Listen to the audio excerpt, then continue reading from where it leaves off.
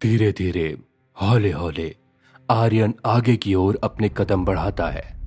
धीमे धीमे, आहिस्ता आहिस्ता, और तभी अचानक आर्यन को एक आवाज सुनाई देती है। वह आवाज किसी तरह की छटपटाहट सी सुनाई दे रही थी। आर्यन उस आवाज को सुनते ही अपनी गति को बढ़ा देता है और जल्दी से उस फूटी पड़ी इमारत की तरफ जाता है। चंद ही पलों में आर्यन उस जगह पर पहुंच जाता है। आर्यन के हाथों में अभी भी झाड़ू था। अगर कोई भी बड़ी मुसीबत हुई तो आर्यन झाड़ू को ही हथियार में तब्दील कर सकता था। बस इसके तुरंत बाद आर्यन जल्दी से इमारत के बाजू से घूमते हुए पीछे जाता है।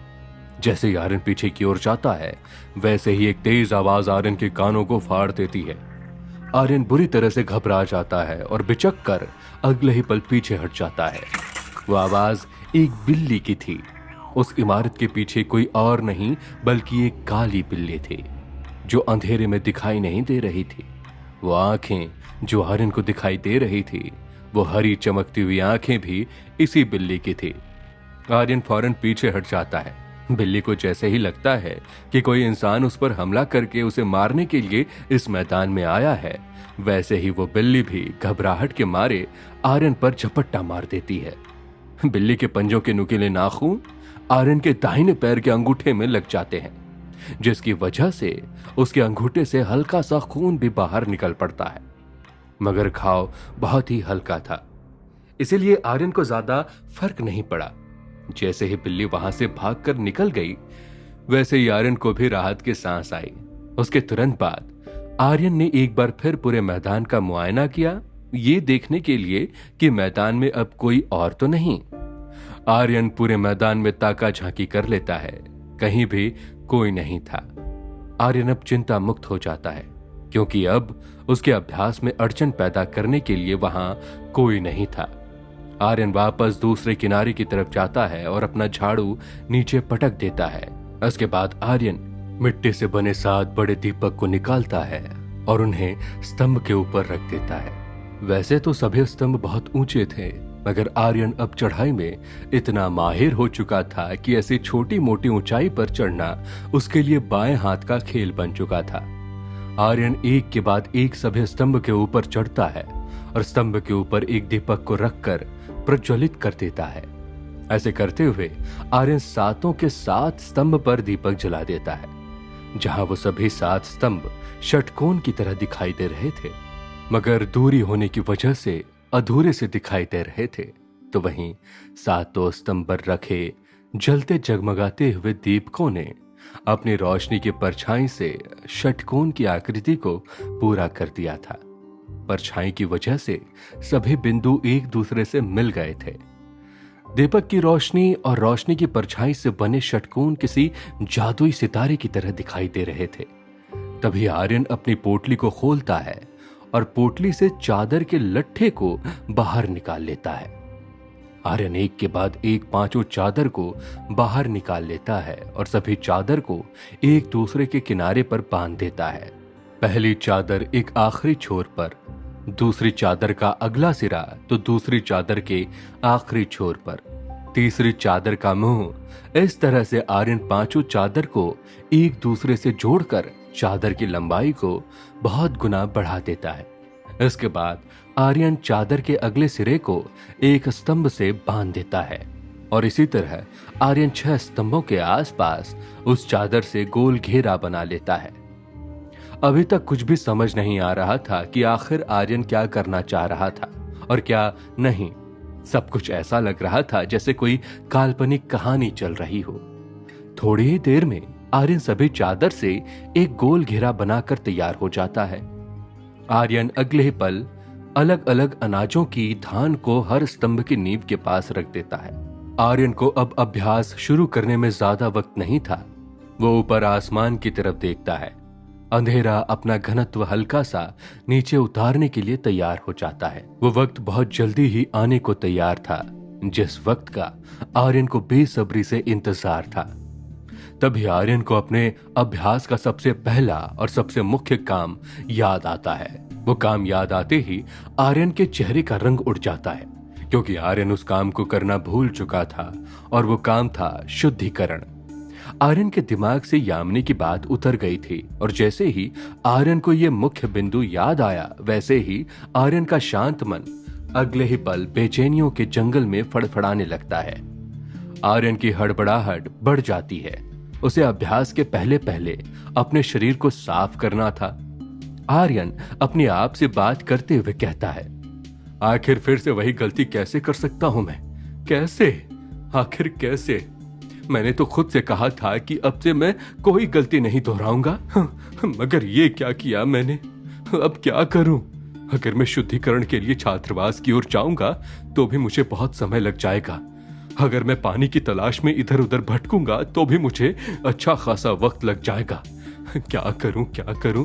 बिना शुद्धिकरण के ना तो मैं अभ्यास कर सकता हूं और ना ही इसके बिना अभ्यास की शुरुआत हो सकती है।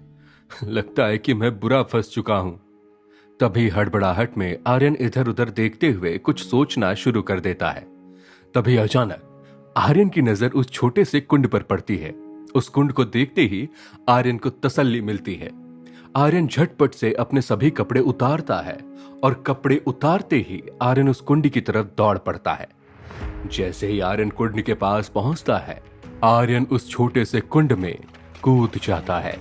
कुंड का आकार इतना छोटा सा था कि आर्यन का पूरा शरीर उसमें फंस जाता है। तभी आर्यन कुंड में पालथी मारकर बैठ जाता है। कुंड का पानी बेहद ठंडा था, इतना ठंडा कि उस पानी ने आर्यन के शरीर में एक सिरहन पैदा कर दी थी। कुछ ही पलों में आर्यन कांपने लगता है। आर्यन के पूरे बदन में शीतलहर का प्रकोप दिखाई देने लगता है। अगले ही पल आर्यन अपने दोनों हाथों को जोड़कर ईश्वर को मन ही मन में प्रणाम करता है। इसके साथ ही आर्यन कुछ मंत्रों का उच्चारण शुरू कर देता है। मंत्रों के उच्चारण के साथ साथ ही आर्यन अचानक ही सामान्य स्थिति में आने लगता है। थोड़ी ही देर में आर्यन बिल्कुल सामान्य हो जाता है। आर्यन मंत्र पूरे करते ही कुंड में डुबकी लगाता है और कुछ पलों के लिए कुंड के अंदर ही रह जाता है। आर्यन बहुत देर तक अपनी गर्दन को पानी से बाहर निकालता है। पानी के अंदर भी आर्यन की आंखें खुली हुई थी। ऐसा करते हुए आर्यन की नाक, उसकी आंखें, सब कुछ पानी से अमूमन ही साफ होती जा रही थी। आर्यन का सिर, उसके लंबे बाल, बालों की जड़ें, सब कुछ कुंड के ठंडे पानी से साफ होता जा रहा था। आर्यन कुछ और सांसों तक पानी के अंदर ही रहता है। इसके साथ ही आर्यन के बड़े बालों में अच्छा खासा पानी भर जाता है। उसकी जटाओं में पानी उलझ जाता है। थोड़ी देर बाद आर्यन कुंड से बाहर निकलता है और बाहर निकलते ही आर्यन अपने साथ लाए हुए सामान में से एक तौलिया बाहर निकालता है और इसके साथ ही अपने पूरे शरीर को एक साफ तौलिए से पोंछ लेता है। झटपट आर्यन अपने एक झोले के अंदर से एक सफेद रंग की धोती बाहर निकालता है और निकालते ही धोती पहनकर अपनी कमर में खुरस लेता है। उसके बाद आर्यन एक तांबे का लोटा निकालता है जिसके अंदर पवित्र जल था। आर्यन अपने पूरे शरीर पर पवित्र जल का छिड़काव करता है।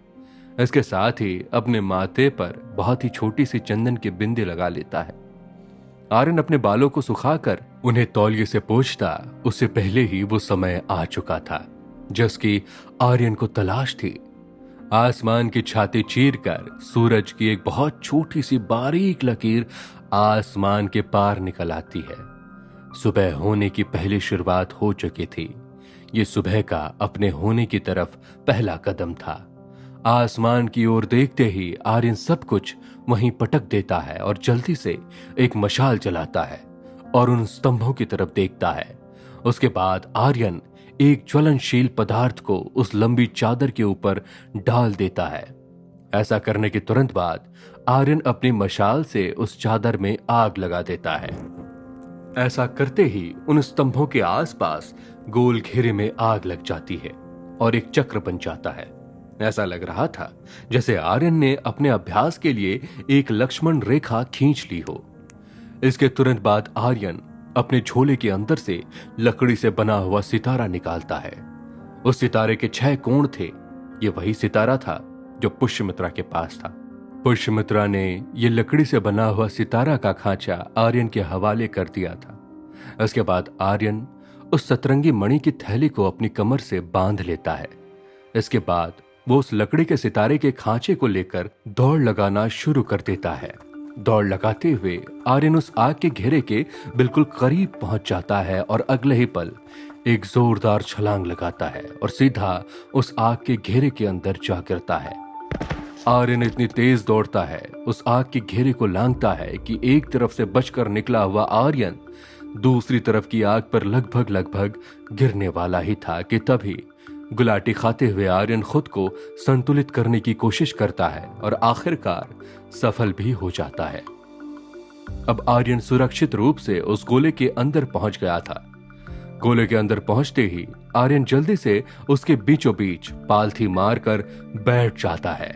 ऐसा करते हुए आर्यन जल्दी से उस सितारे के खांचे को जमीन पर रखता है। जैसे ही वो सितारा जमीन की मिट्टी और उसकी नमी को छूता है, वो पूरी तरह से ठंडा हो जाता है। इतना ठंडा कि आर्यन को एक पल के लिए ऐसा एहसास होता है जैसे वो बर्फ की शिला को अपने हाथों से छू रहा हो। सितारे के खांचे को जमीन पर रखने के बाद आर्यन अपनी जेब से 6 जादुई मोतियों को निकालता है। यह वही मोती थी जो शाही भवन से लौटते वक्त राजहंस ने आर्यन को दिए थे। इसके साथ ही आर्यन उन 6 के 6 मोतियों को उन सितारे के रिक्त स्थानों में रख देता है। ऐसा करते ही वो 6 के 6 किनारे सक्रिय हो जाते हैं। उन मोतियों में एक अजीब सी, एक कायनाती सी चमक आ जाती है। सभी के सभी मोती तेज रोशनी से लबालब चमकने लगते हैं। अब बस सितारे के उस खांचे में एक ही स्थान खाली था। वो स्थान लकड़ी से बने उस सितारे के ठीक बीच में था, जहां आर्यन को सतरंगी मणि को रखना था और उसके साथ ही अपने अभ्यास को शुरू करना था। आर्यन सतरंगी मणि की थैली को अपनी कमर से ढीला करता है और हाथों से खींचकर बाहर निकाल लेता है। आर्यन उस थैली को खोलकर उस मणि को बाहर निकालकर उस लकड़ी के सितारे पर रखने ही वाला था कि तभी आर्यन के सिर के ऊपर कई सारी आवाजें मंडराने लगती है। उन आवाजों के शोर ने आर्यन को ऊपर देखने पर मजबूर कर दिया था। आर्यन अपनी गर्दन उठाकर जैसे ही ऊपर देखता है, वैसे ही ऊपर का नजारा देखकर आर्यन की सांस फूल जाती है। आर्यन को समझ नहीं आता कि अचानक ही क्या हुआ और क्या नहीं। आर्यन कुछ समझने की कोशिश कर रहा था, मगर उसे कुछ भी समझ नहीं आ पा रहा था। वह आवाजें अगले ही पल और भी गहन और भी तीव्र होती जा रही थी। आर्यन अपनी आंखें मसलते हुए एक बार फिर ऊपर आसमान की तरफ देखता है। आसमान में उसके सिर के ठीक ऊपर चील का बड़ा सा झुंड मंडरा रहा था, जिसमें कई सारे चील शोर करते हुए आसमान में फड़फड़ा रहे थे। उन चीलों ने पूरे आसमान को घेर लिया था, पूरे आसमान पर अपना कब्जा कर लिया था। पूरे आसमान में सिर्फ अंधेरा और काली स्याह चील थी, जिनके मंसूबों से अनजान आर्यन हैरानी से उन्हें देख रहा था। तभी आखिर अब कौन सी अड़चन आने को तैयार बैठी हैं? क्या है इन चील के झुंड का यूं अचानक आने का मतलब? कैसे करेगा आर्यन अपने अभ्यास को पूरा? आखिर और क्या क्या होने वाला है इस अभ्यास के दरमियान? जानने के लिए सुनते रहिए action Aryan only on pocket FM।